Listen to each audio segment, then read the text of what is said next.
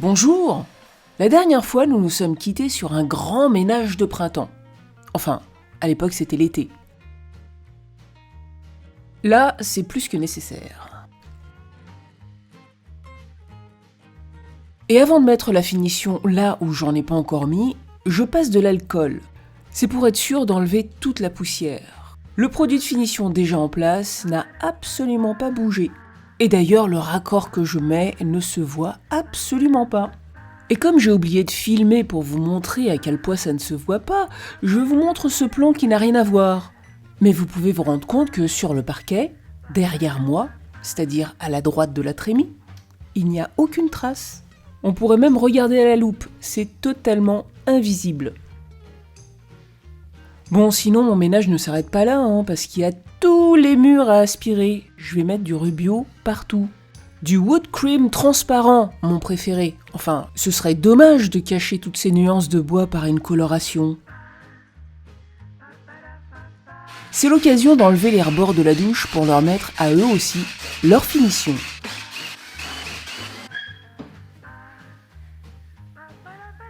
Ah non, pas celui-là. Il est coincé par les planches que j'ai clouées au mur, entre la douche et la porte.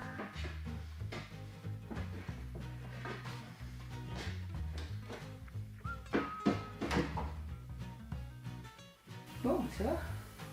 Ça se démonte, c'est une bonne nouvelle. Ah, il y a ce bout là. Alors, il est un poil trop serré. Eh ben, c'est pas grave. Je vais pas forcer, je vais lui mettre le produit sur place. Avant de mettre le produit de finition, je nettoie bien le bois pour qu'il soit sans poussière aucune.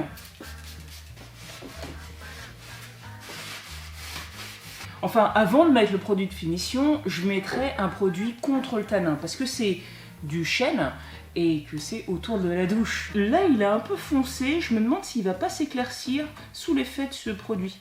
Et comme l'eau a tendance à s'infiltrer un petit peu partout, je vais aussi en mettre en dessous.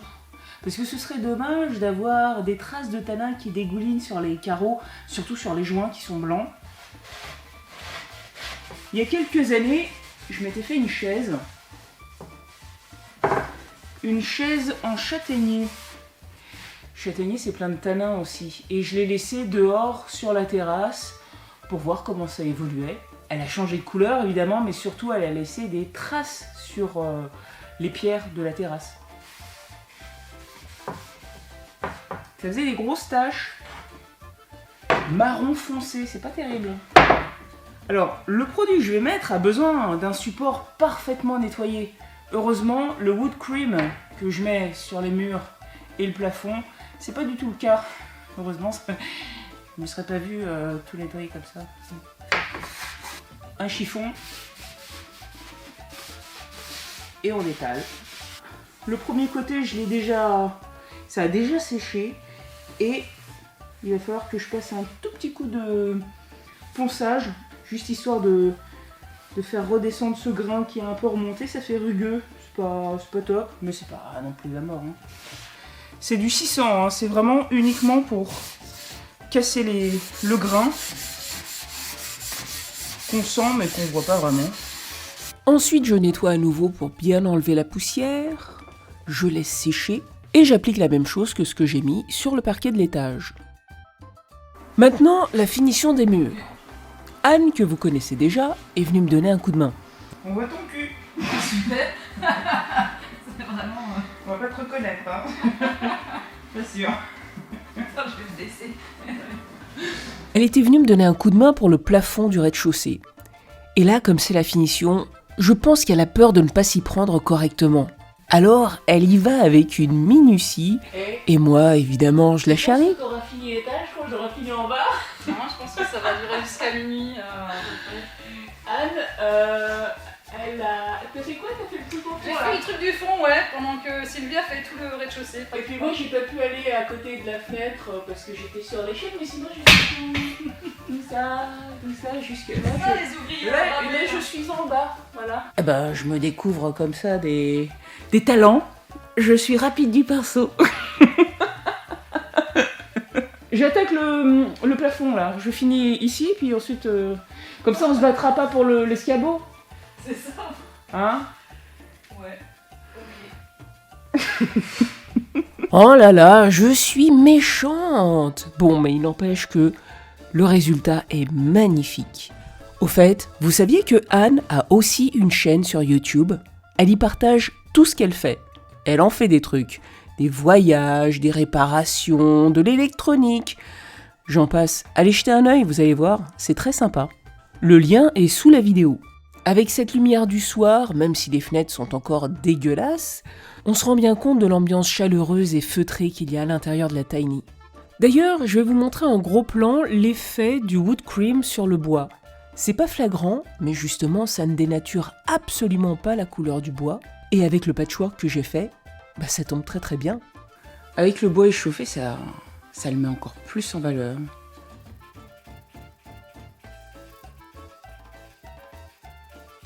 Ça se voit déjà, mais je vais vous le montrer tout à l'heure, bien sec. C'est magnifique. C'est pas grave hein, s'il y a du surplus, ça va sécher, ça va devenir transparent.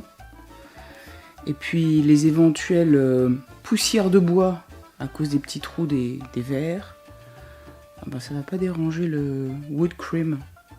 En fait c'est tellement facile à étaler, faut pas qu'il y ait de gros pâtés, hein, mais sinon... 7 hours later. Et là, ça a bien séché.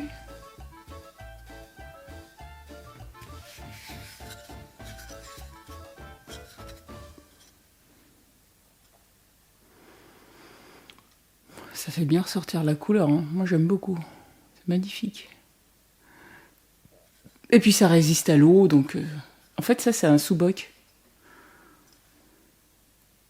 C'est joli, hein?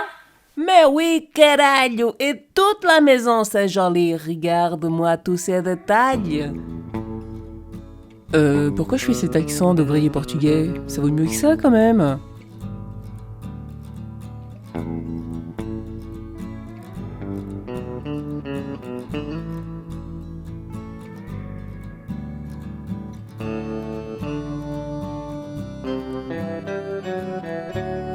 Oui, je vous ai pas menti. Les fenêtres sont dégueulasses. Je dois faire le ménage dans pas longtemps, mais pour l'instant, je n'ai autre chose à faire, ok? Faut que j'emménage au plus vite dans ma tiny house parce que la location dans laquelle je suis me coûte extrêmement cher. La facture d'électricité de l'hiver dernier m'a fait très mal aux dents. Et je sais que dans cette magnifique maison, les choses seront totalement différentes, même si c'est toujours un chauffage électrique.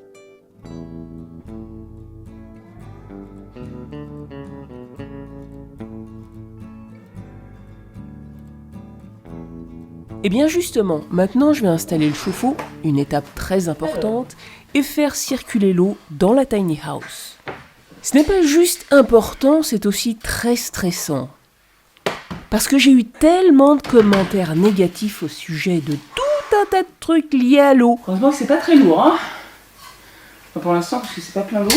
Les tuyaux enterrés dans le jardin, la tuyauterie avec Stéphano. Bien. En entendre certains, ça va être gavé de fuite. Là déjà je sais que ça va être tout juste avec le plancher de l'étage. Un peu en dessous mais ça va aller. Hop. Là je vais me rendre compte de où est-ce que je vais devoir l'accrocher. À croire qu'il y en a certains qui me souhaitent une shkoumoun sévère et musclée, comme s'ils avaient une petite poupée vaudou de moi et qu'ils y plantaient plein d'aiguilles. Là ce serait pas mal. Tu vas voir. Ça va fuir! Eh ben non, rien du tout! Bon, malheureusement, là, je nous ai encore fait le coup du micro qui ne marche pas. Plus de batterie, oublie de l'allumer. Aucune idée. En tout cas, je ne sais pas ce que je raconte là. Dans mon souvenir, j'ai pas eu de grosses difficultés pour installer. Il suffisait de brancher les fils et attendre que l'eau remplisse la cuve. Tout s'est bien passé, quoi, en fait. Et vous le verrez dans quelques minutes. Maintenant les tuyaux. Je commence par l'arrivée d'eau. Et elle n'est pas très simple. Parce que le tuyau doit longer le mur, s'en éloigner et arriver sur le chauffe-eau à 45 degrés. Et le tout, si possible, avec une légère pente. au cas où on ait besoin de vider le circuit pour qu'il ne reste pas d'eau stagnante. Et ben justement, c'est ce qui me plaît pas trop là. Et ben là, c'est déjà beaucoup mieux. Sauf que là, ça ne va pas du tout. En gros, ça me fera arriver ici, là. Et là, comment est-ce que je sertirai mon thé? C'est pas possible. Eh bien, pour savoir où je dois arriver, je vais d'abord mettre l'eau chaude. Puisque l'eau chaude, elle va tout droit. Hein, voilà. C'est droit. Et je suis pile comme il faut. Bien, maintenant, je peux mettre l'eau froide. Je crois que je vais lui faire un petit virage ici aussi. Hein. On va faire arriver là, décaler, comme ça. Ouais, je vais faire un petit virage. Tout doux. Ici derrière le frigo, ça se verra pas. Bon, ça a pas l'air là, mais en réalité, c'est très bien. J'ai plus qu'à dresser un petit peu ici. Et on est super bien. Ok. Donc, là.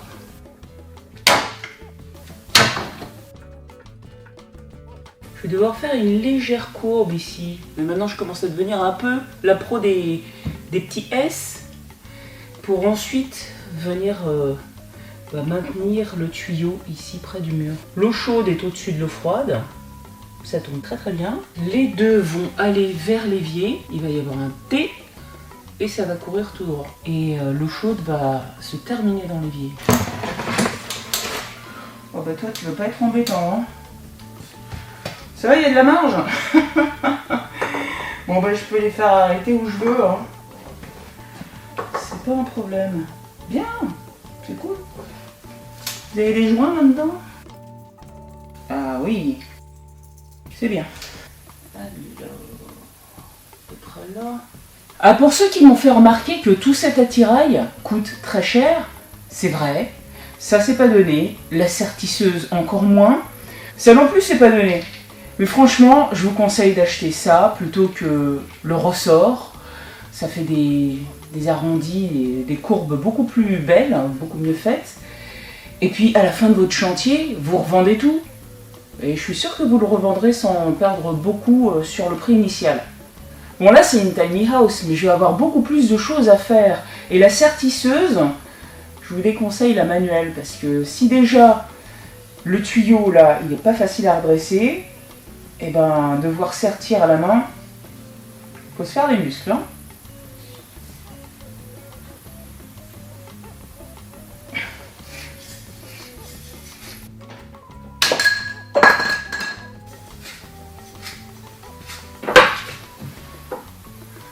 Voilà, on y est. Voilà le petit zigzag. Tout est en place à peu près. Il n'y a plus qu'à sertir. Bon, ça c'est pour plus tard. L'écoulement là, il passe. Je vais juste faire un petit trou ici. Eh ben, mission sertissage. C'est plus facile à sertir si j'enlève pour la partie haute.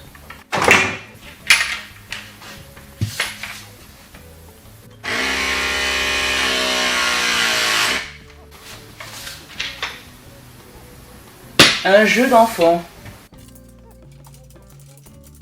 Pour éviter d'en oublier un, je vais faire toute la série sur ce tuyau-là.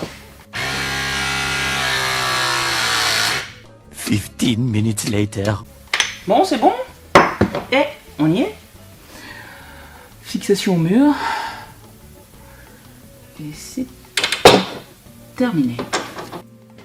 Je vous passe la pause des fixations et du tuyau d'évacuation parce que je sais pas du tout ce que j'en ai fait. Et avant de remettre le frigo en place, il faut que je fasse un trou pour laisser passer le tuyau. Eh, l'air de rien. C'est vachement bien cette petite lumière. J'en avais une qui avait pas de lumière. Ouais, elle était vieille.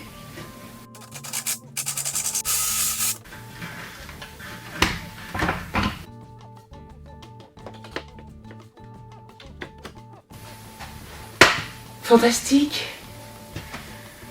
Oh bon, qu'est-ce que je voulais faire? Ah oui, coller ça. Bah oui, je vais le coller avant de... avant de refermer. Là, c'était juste pour vérifier. Donc ça marche, c'est bien, je suis contente. Là, c'est tellement serré que je me demande si ça vaut la peine de mettre de la colle. Bon, je vais en mettre parce que voilà, hein.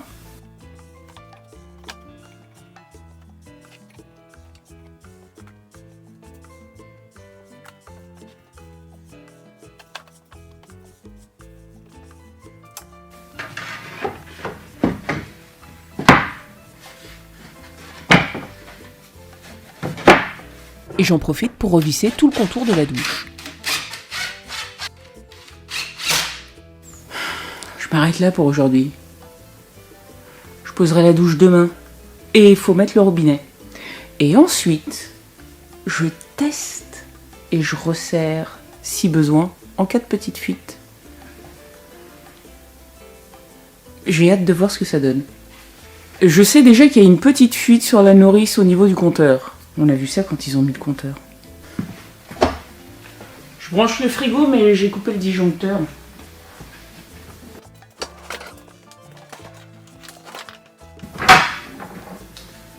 Alors c'est pratique pour la cuisine, mais c'est dommage parce que quand on est dans la douche, on peut pas se servir une bière. En même temps, boire une bière sous la douche.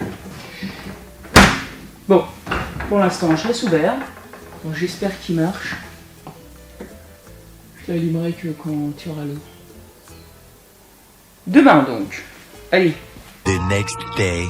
Je commence par le robinet à l'étage parce que c'est facile, rapide. Et j'aime bien commencer ma journée en cochant rapidement des trucs à faire sur ma liste.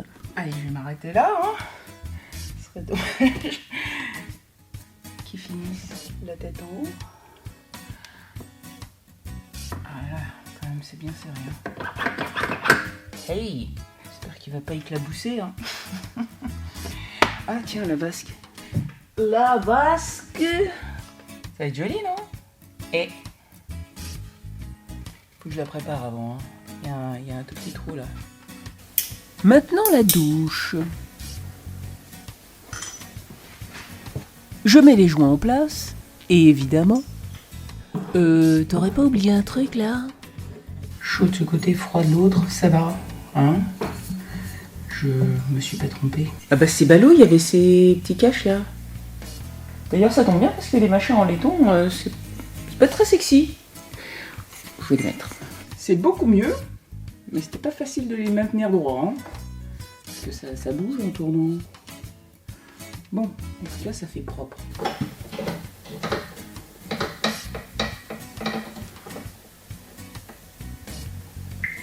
Regardez ce que j'ai là. C'est pour le verre et la faïence. C'est pour faire un trou. Super propre. Vous me direz, c'est dommage, on le verra pas. Oui, mais le carreau ne risque pas d'avoir un éclat, ni même de se casser. Oh, fastoche. Magnifique. Ah, c'est ballot, ça. Hein. J'ai tout sali.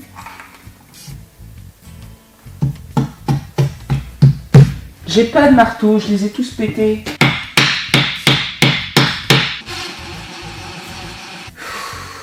Balayette.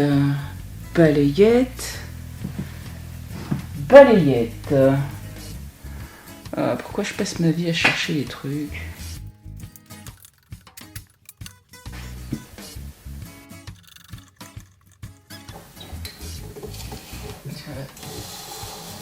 Attends, je vais descendre.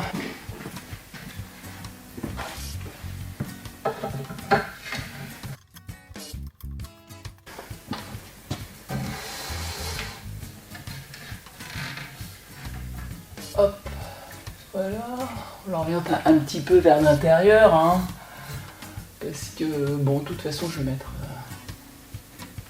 mettre un rideau, la douchette, et voilà. Un bon serrage, et c'est fait. Ceci n'est pas une pince crocodile. Au cas où il y en a qui se demanderaient. C'est une pince... Oui, je me sens encore obligée de me justifier à cause de toutes les remarques qu'on m'a faites. sur la plomberie. Ça sert vachement bien et c'est très pratique. A little later. Passons maintenant à la fuite, juste après le compteur. Il y a du vent, alors le son est mauvais. C'est là qu'il y a la fuite. Oh putain, il y a une énorme araignée là. Et tu m'as fait peur, patate. Au fait, merci Jean-Marc, ça va m'être bien utile. J'essaie de serrer un peu, mais c'est déjà serré à fond. Alors, on serre. On serre. On va essayer de serrer. Serrons. J'ai beau serrer comme une crevarde, ça fuit toujours. Bon, bah j'ai pas trop le choix. Il va falloir démonter. Et pour ça, comme je suis en extrême fatigue, j'ai la chance et le privilège de pouvoir me faire accompagner par Adrien. Ça tombe bien parce qu'il va falloir faire quelques allers-retours en quincaillerie. Pendant qu'il reste à démonter, moi, je vais acheter les pièces. Bon, on est obligé de tout démonter parce que ça c'est le seul truc qui... ici, là, c'est le seul qui bouge. Et les autres, ils bougent pas, quoi. Donc, on est obligé de défaire, refaire là, remettre là et faire l'autre. Et c'est serré comme un sagouin. Oui, hein, c'est serré fort. alors que ça fuit. En fait, il y a deux fuites. Celui avec le... Là, avec le coude, il y a une fuite aussi. Je l'avais pas vu. Regardez-moi ce truc merveilleux qui a cassé. En plus, je me demande comment ça a été serré. Hein, parce que quand on serre d'un côté, on desserre de l'autre. Et il y a un joint en cuivre. Donc c'est un joint de vidange de bagnole. Deux joints tout pourris. Et puis il y avait du téflon aussi sur le filetage. Et franchement, je dirais pas qui a fait ça, mais j'ai bien fait de le virer. Merci. Merci. J'ai bien fait de tout faire moi-même. Hein? Revenons quelques instants sur cette pince Knipex, parce que tout à l'heure j'ai dit qu'elle était très pratique. En fait, je l'avais assez peu utilisée jusque-là. Écoutez ce que dit Adrien. Bah, elle me plaisait ta clé, en fait, non. Quelle clé? Enfin, la pince. Cette pince multiprise. Celle-là, là? Tu l'aimes pas? Ah, en fait, je comprends pas comment elle fonctionne. En théorie, c'est très facile à utiliser, mais dans la réalité, on est rarement dans la bonne position pour appuyer correctement sur le petit bouton, ajuster, bien voir si on est en face, enfin bref. Voilà quoi. À ce prix-là, je m'attendais à mieux. En résumé, pour l'instant, on a décidé de mettre un bouchon plutôt que de relier l'alimentation d'eau de la maison en briques. Autant ne prendre les décisions que quand on est vraiment certain de ce qu'on veut faire. En revanche, on a bel et bien mis un double écrou prisonnier en plus, ce qui rallonge de quelques centimètres le raccord. Pour remonter, ça devient nettement plus compliqué. Adrien est obligé de former un arc avec le tuyau PU, ce qui fait que les joints ne sont pas bien plaqués dans le raccord et ils ont tendance à être éjectés à l'intérieur du tuyau. Qu'est-ce qui se passe-t-il? T'avais pas mis de joint? Si, mais le joint il s'est fait avaler. Qu'est-ce que c'est que cette connerie? Comment ça se fait avaler un joint? Il essaye plusieurs trucs pour ne pas avoir à couper un morceau de tuyau.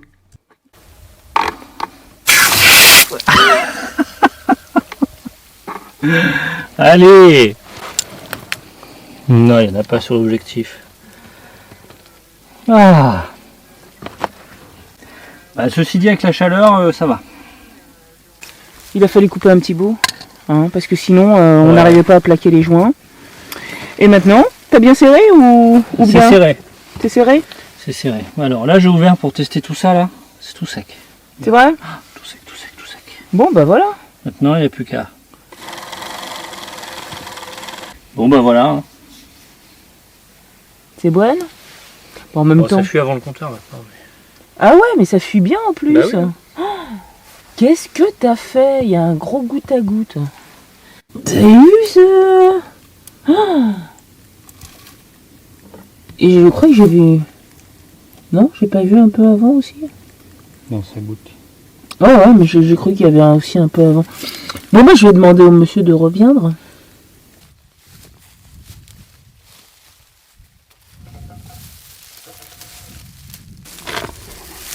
Bon, c'est tout sec. Hein. On ouvre vers la tiny maintenant. Allez, c'est parti.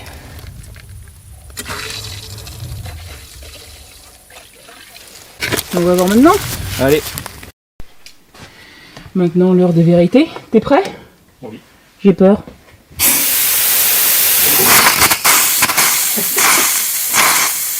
Oh là là.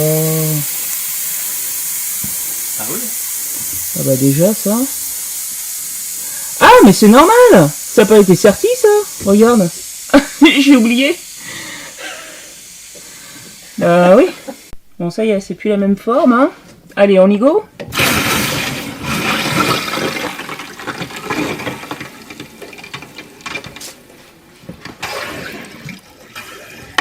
Ah, il y a une fuite là. C'est le joint. Faut que je serre. C'est de là? Ouais, c'est là. Bon, c'est bonne.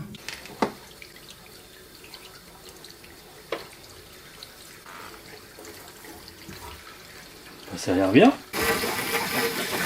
C'est vrai qu'il y a de l'air. Là, toute la longueur. Ouais. On est en train de remplir Wally. Et là, on a l'eau chaude ouverte à fond. Donc l'air s'échappe. C'est qu'une fois qu'il est rempli qu'on va l'allumer en fait. Ouais. Je l'ai réglé à 60 degrés. Là, on voit qu'il est déjà à 40. Fait pas de bruit, hein, c'est génial. Et pour la suite, vous ne me verrez pas prendre de douche. En revanche, je ferai un plan de travail pour la cuisine. Et puis, il est grand temps que je l'ai cet accident, parce que... Voilà. Alors, à bientôt.